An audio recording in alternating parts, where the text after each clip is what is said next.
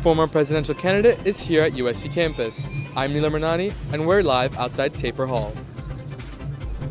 Republican candidates threw jabs at each other during last night's GOP debate. Students shared their thoughts about the highly contentious event. Governor Gavin Newsom signed a bill here in Los Angeles that could change the lives of many fast food workers.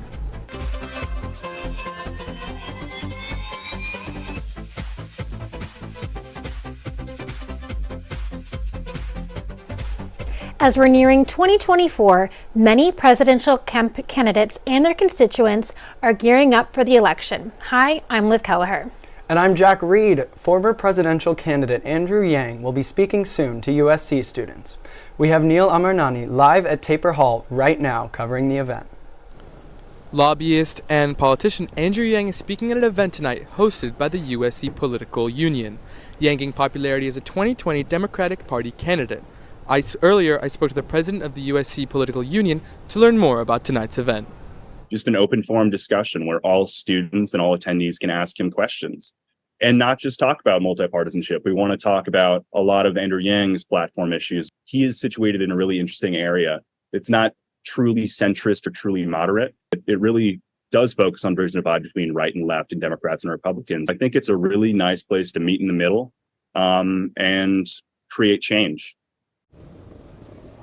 Yang started his own political party in 2021 known as Forward, a centrist political party affiliated with both Democrats and Republicans. Forward believes that all Americans who should decide what is best for them, and the party aims to work for the people. Their ideologies revolve around viewing data as a property right, universal health care, and universal base income of $1,000 a month. A lot of the mistaken thinking around Forward is it just races straight to the presidential. We think there should be more competition for school board, for county executive, for city council. Partnering with a group called the Common Sense Party of California to create a legitimate alternative on the ballot. What the party doesn't plan on doing is taking positions on controversial issues such as guns and abortion. Instead, they will leave those issues up to the candidates and state chapters. That's all from me. Back to you, Jack. Thanks, Neel, for that great explanation. Presidential hopefuls convened at the Reagan Presidential Library in Simi Valley to duke it out in the second primary debate. 7 candidates engaged in a chaotic debate full of crosstalk and personal jabs. The confusion made it difficult to track the candidates' actual stances and policies. The contentiousness is exemplified by Nikki Haley and Vivek Ramaswamy's spirited discourse regarding TikTok. I honestly, every time I hear you, I feel a little bit dumber for what you say. I think we would be better served as a Republican Party if we're not sitting here hurling personal insults and actually have a legitimate debate about policy. We caught up with attendees outside the Ronald Reagan Presidential Library last night. Reactions to the debate were admittedly mixed, with no clear winner or loser. It was very entertaining, but very enlightening as well. They all need to learn how to get along a little better. I just think everyone had their breakout moment, but I think that we got to know them just a little bit better this time than last. Annenberg Media's Cam Kaufman joins us now. Cam was at the debate last night and is here to tell us more about what it was like behind the scenes. So Cam, I want to hear, what was the debate like last night? Yeah, you know, there was a lot of energy at the whole thing. There were like over 700 attendees, so a lot of people were there. And then including the media, probably at least 200 or 300 media personnel were there. And yeah, I got to cover it for Annenberg Media, and I was a field producer. So basically my job was just to make sure that everything looked right, more or less. You know, I got to help set up live shots as well as finding people to interview. So it was a really fun experience and a lot of really cool learning opportunities there. Now, Cam, that sounds like an incredible opportunity. Could you just tell me a little bit about what the atmosphere was like at the debate and in the spin room? Yeah, so the spin room is kind of where all the candidates come after the debate ends, and so as they leave the debate floor, they all the media kind of rushes in there, and it's kind of like a little, you know, elbow jabbing a little bit, but like, because everyone wants to get a good soundbite, of course. So it was definitely very hectic in there. There's a lot of people, and trying to hear them, and even getting a question in was pretty hard, just because the access is pretty difficult. But in general, yeah, there was definitely a lot of energy in there. It's very loud, but overall really cool seeing all the major news outlets there as well. So it sounds like a really exciting environment, but I know it's really difficult to actually get into the event, and there's a limited amount of people allowed in the room. Where were you guys during the actual debate? Right, yeah, Liv. So there's only a really small number of actual media personnel who get to go watch the debate live and in person in the room. But they have this other room called the filing room, and there is where all the other media personnel are kind of, they're all set up. And so there was, again, probably like over 200 people in there at one point during the debate. And so, you know, you'll see people with their laptops open, their notebooks, they're writing stuff down, they're recording things, people are cutting video, they're cutting audio, whatever it may be. And so it was really exciting though, and I got to talk to a bunch of really cool reporters from LA Times, from Washington Examiner, like all across the country. So a bunch of really cool stuff, but again, lots going on. So I can't help myself, I have to ask, what was your highlight? What was the takeaway?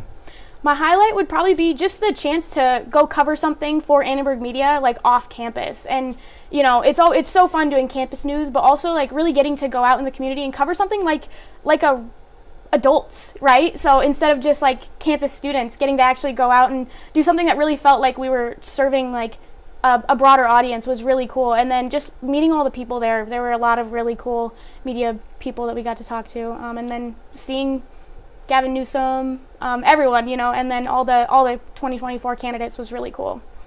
Well, Cam, thank you so much for that behind-the-scenes insights on the debate. The third Republican primary debate will only feature the top 4 candidates and is expected to be held in November. Former President Donald Trump skipped the second GOP debate in Simi Valley last night. Instead, he spent the afternoon in the battleground state of Michigan, addressing the auto workers' strike in Detroit.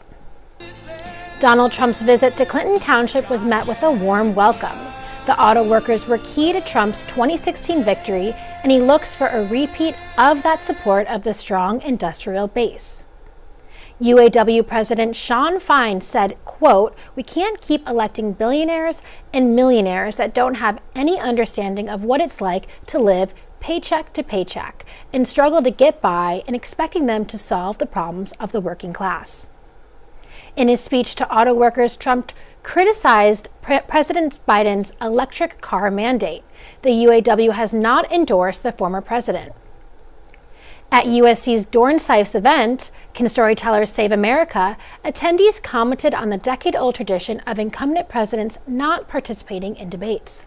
And so for the incumbent president, they think, why bother? I'm just giving a platform to someone who otherwise has no chance. I think there's room for improvement in how we conduct the debates that might make incumbents more likely to participate.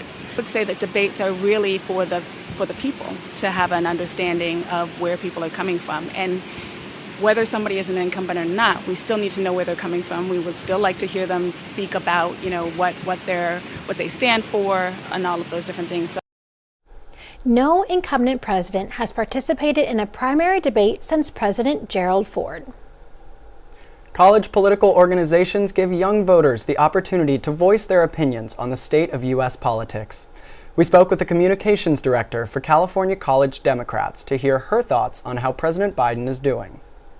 People can complain about his age, and I understand that, but we have to look at like what he's accomplished. I think it's important to realize that like the policies that he enacted in his 4 years are actually super beneficial. Like he had really fought for student loans, even though the Supreme Court struck it down.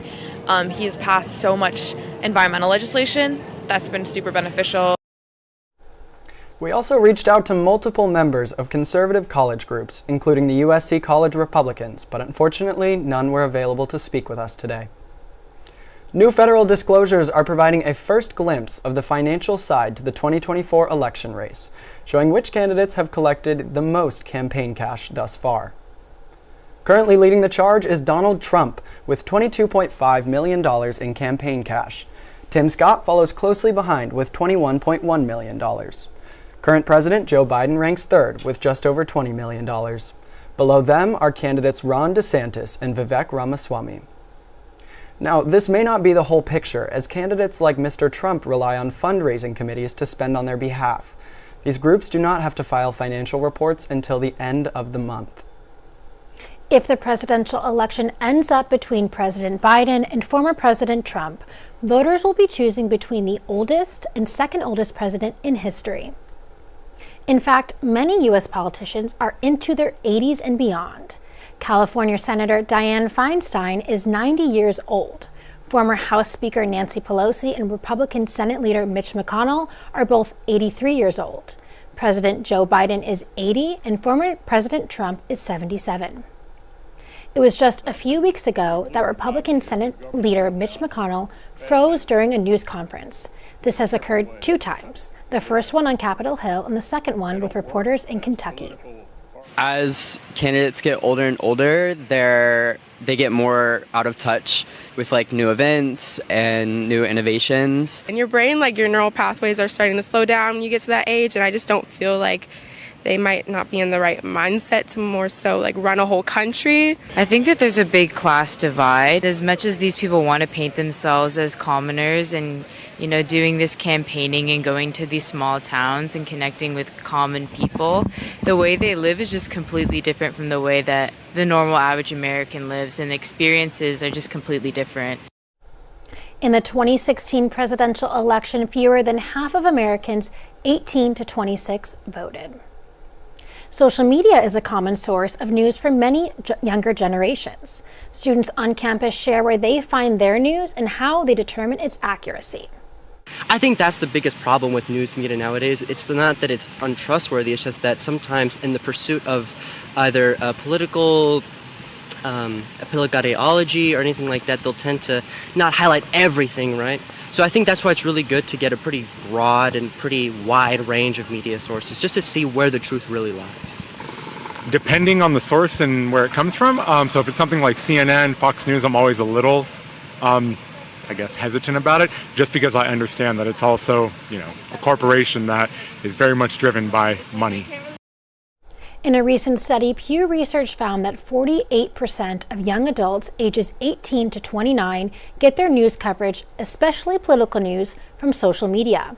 Older generations tend to rely on print and network and cable TV for their news. Well, Liv, I don't know about you, but I'm glad some of us still get our news the old-fashioned way.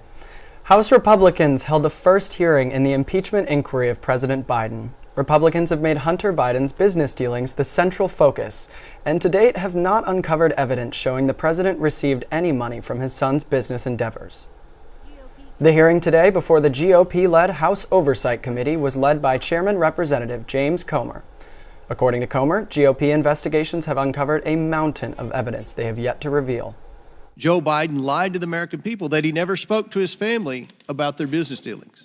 He lied by telling the American people that there was an absolute wall between his official government duties and his personal life. Let's be clear, there was no wall. One of the GOP's key witnesses, forensic accountant Bruce Dubinsky, said he had yet to see sufficient evidence to conclude corruption by the Bidens.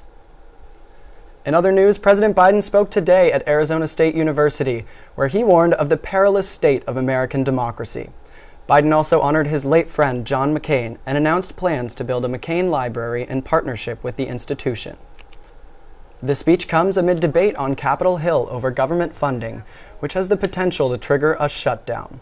It's the fourth speech on democracy Biden has made during his presidency, and he's calling Americans to stand up and ask what it is they really want.